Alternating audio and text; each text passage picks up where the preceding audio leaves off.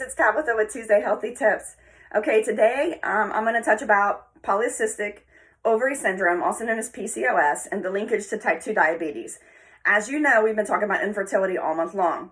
Well, in 2012 all the way to 2017, the National Institutes of Health, the Journal of Endocrinology and Metabolism, a lot of people were involved in this study. They followed females up to 16 years in the United Kingdom, the United States, Denmark, and India. So this shows the vast population, not just pinpoints here or there, of how if you have a PCOS diagnosis, you're at a 4-time greater chance of developing type 2 diabetes.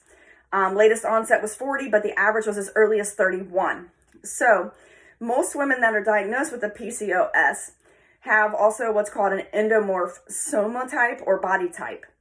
That's the woman that's considered full-figured or like the pear-shaped female.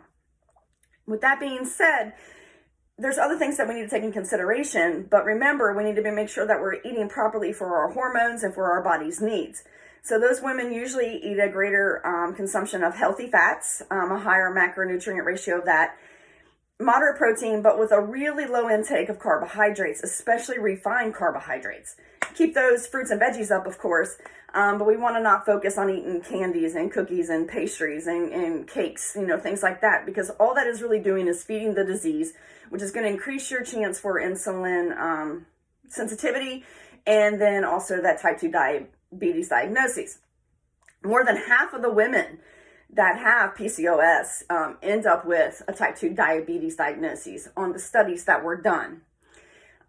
Additionally, I want to just point out real quick that gestational diabetes, you can get whether you have PCOS or not, but your likelihood is increased if you have PCOS, of course.